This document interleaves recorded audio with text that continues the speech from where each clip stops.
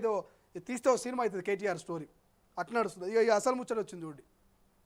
ఇది బాగా చెప్పుకోవాలి. మనం ఇంతకుముందు హెడ్లైన్లో చెప్పుకున్నాము, ఇప్పుడు క్లియర్గా చెప్పుకుందాం. ఎమ్మెల్యే వివేకానందను తోసుకుంటూ స్పీకర్ పోడియం వైపు దూసుకెళ్తున్న హరీష్, పాడి కౌశిక్, పల్లా జగదీష్. ఇక జగదీష్ పోడియం పట్టుకున్న హరీష్ నిరసన. స్పీకర్ పైకి పేపర్లు విసిరి వెల్లులోకి దూసుకెళ్లి బీఆర్ఎస్ రచ్చ. అసెంబ్లీలో గులాబీ పార్టీ ఎమ్మెల్యేల ఆందోళన. వెల్లులోకి దూసుకెళ్లిన హరీష్, కౌశిక్, వివేకానంద, అనిల్ జాదవ్. స్పీకర్ పోడియంను టచ్ చేసి పెద్ద ఎత్తున నినాదాలు. ఫార్ములా ఈ రేస్ అంశంపై చర్చించాలంటూ పట్టు. స్పీకర్ను అవమానించిన వాళ్లను అరెస్ట్ చేయాలంటూ కాంగ్రెస్ డిమాండ్. బీఆర్ఎస్ ఆందోళన మధ్య సభ 2 సార్లు వాయిదా.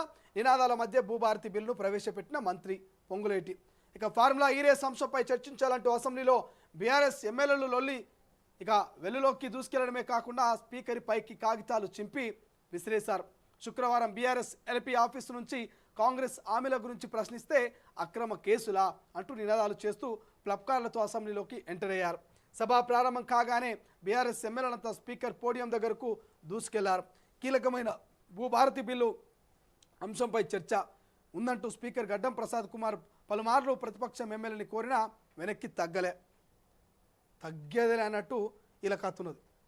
ఇంతకుముందు చెప్పుకున్నాం కదా. ఇక మళ్ళీ ఇలా గురించి చెప్పినా కూడా కథ ఇక ఈయనకే ఓపిక ఊరలేదు. కానీ ఒక 2 నిమిషాలు చెప్పుకుందాం.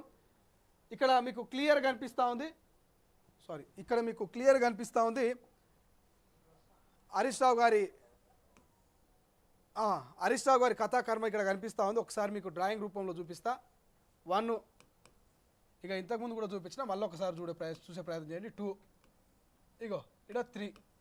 ఈ 3 వేరియేషన్లు ఒక్కసారి చూస్తే మీకు క్లియర్గా తెలుస్తుంది. ఏమీ తెలవని అమాయకుడు హరీష్ మీకు ఇక్కడ కనబడుతున్నాడు. ఈయన కమల్ హాసన్ కంటే ఎక్కువ యాక్టింగ్ చేస్తున్నాడు. ఇక అప్పుడప్పుడే యాక్టింగ్ నేర్చుకుంటూ ఇక రెచ్చిపోయేందుకు సిద్ధమవుతున్నటువంటి హరీష్. ఇక మొత్తం పూర్తి యాక్టింగ్ అంతా కూడా ఇక్కడ ప్రవేశపెడుతున్నటువంటి హరీష్ రావు. ఈ 3 వేరియేషన్లలో ఫస్ట్ ఇక్కడ సభలో ఉన్నటువంటి ఎమ్మెల్యేలంతా సైలెంట్గా ఉంటారు. హరీష్ రావు అలజడి చేస్తాడు. తర్వాత వాళ్ళు రెచ్చిపోతుంటే ఈయన సైలెంట్గా ఉంటాడు, ఏం తెలియనట్టు.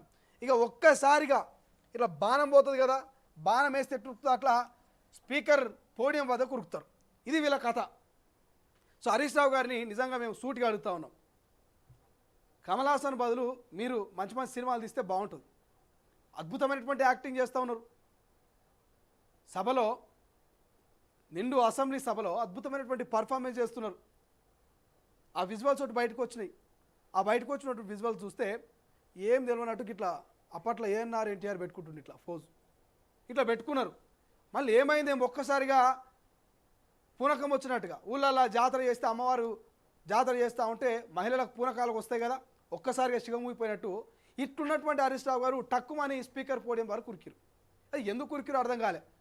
వాళ్ళ ఎమ్మెల్యేలు అడ్డుకునే ప్రయత్నం చేస్తూ ఉన్నారు, మార్షల్స్ అడ్డుకునే ప్రయత్నం చేస్తూ ఉన్నారు. ఇక ఇంటలేగా ఆయన ముందే 6 అడుగుల బుల్లెట్, ముందే హరీష్ రావు 6 అడుగుల బుల్లెట్ కాబట్టి ఇక దూసుకొని పోతుంది ఆ బుల్లెట్ స్పీకర్ వైపు. ఒక దళిత స్పీకర్ మీద, ఒక దళిత బిడ్డ మీద సినిమా హాల్లో కాగితాలు ఎగిరేసినట్టుగా ఆయన అవమానపరుస్తూ కాగితాలు ఎగిరేస్తూ ఉన్నారు హరీష్ రావు గారు.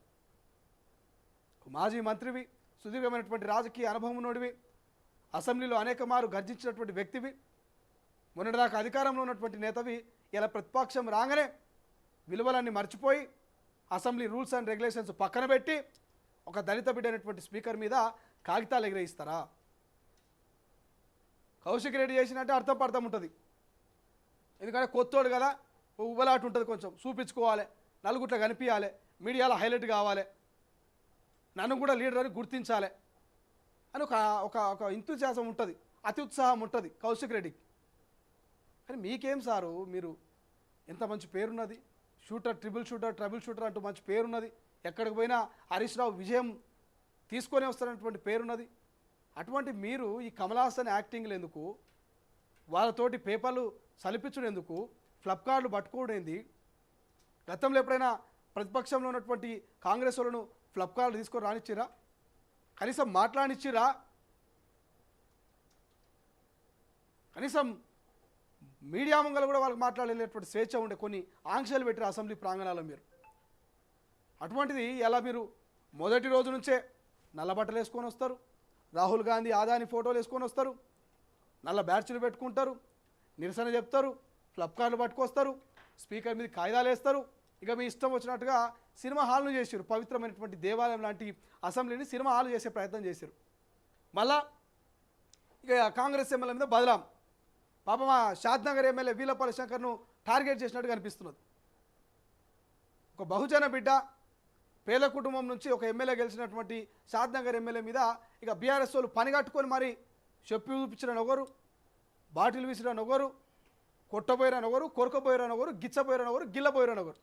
సోషల్ మీడియాలో ఈ రకమైనటువంటి ప్రచారము ఆ షాద్నగర్ ఎమ్మెల్యే వీలపల్లి శంకర్ మీద చేస్తున్నారు. ఈ రకమైనటువంటి రాజకీయాలు మేము ఎప్పుడు చూలే. ఇక హరీష్ రావు గారిది అయితే మరి కమల్ హాసన్ యాక్టింగ్ లెక్క కనిపిస్తున్నది. అరే సభలో ఈ రకమైనటువంటి కథలేంది, కార్ఖానలేంది, ఎక్కడ హరీష్ రావు నిలబడ్డాడు, మళ్ళీ ఎక్కడ వచ్చిండు, ఎక్కడ పోయిండు, ఏంది అది స్పీకర్ మీద కాగితాలేంది, ఆ మార్షల్స్ అడ్డుకుంటే వాళ్ళని కాదని తోసుకొని పోవడేంది, ఈ కథను చూస్తూ ఉంటే దారుణం అనిపిస్తుంది. ఇదంతా రచ్చ దేనికే పోని ఇంతగానో స్పీకర్ మీరు ఉరికింది.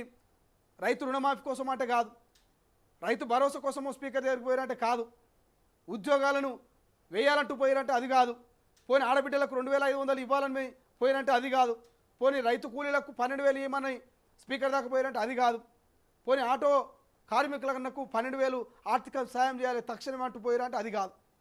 మరి దేనికి పోయిరా మీరు స్పీకర్ దాకా పేపర్లు తీసుకొని ఉరికిరంటే మా కేటీఆర్ను అరెస్ట్ చేయకుండా ఆపాలి. ఫార్ములా ఈ రేసులో మా కేటీఆర్కి ఏం సంబంధం లేదు, అభం శుభం తెలియని పసిపాప మా కేటీఆర్ అని చెప్పే ప్రయత్నం చేసిరు. కేటీఆర్ అరెస్టు భయంతో కాగితాలు చెప్పేసారు. కేటీఆర్ అరెస్టు భయంతో ఫ్లప్కార్లు పట్టుకొని స్పీకర్ దాకా పోయారు. అంటే మనకు ప్రాబ్లం వస్తే కానీ, మనకు దెబ్బ తగిలితే కానీ నొప్పి విలువ తెలియదట. ప్రజల పక్షాన ఏ ఒక్కరోజు కూడా ఈ రకమైనటువంటి కొట్లాట చేయలే. నిజంగా కొట్లాట చేస్తే మాజీ ముఖ్యమంత్రి కేసీఆర్ ప్రధాన ప్రతిపక్ష నాయకుడిగా ఉన్నాడు కాబట్టి ఆయన వచ్చి కొట్లాట చేయాలి.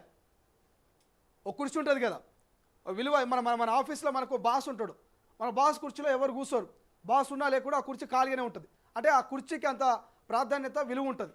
అట్లా ప్రధాన ప్రతిపక్ష నాయకుడైనటువంటి కేసీఆర్కు అసెంబ్లీలో ఒక ప్రాధాన్యత ఉన్నది, ఆ కుర్చీ ఒక లెక్క ఉన్నది. ఆ కుర్చీలకు రాడు, కూసోడు, ఇక మాట్లాడాడు. ఈ లీడర్లైనా మాట్లాడతారేమంటే వీళ్ళు అంత చిల్లరమల్లర విషయాలే తప్ప అసలైన విషయం గురించి కొట్లాడతలే. ఆయన ఫామ్ హౌస్లోనే ఉంటాడు, వీళ్ళేమో అసెంబ్లీలో ఉంటారు.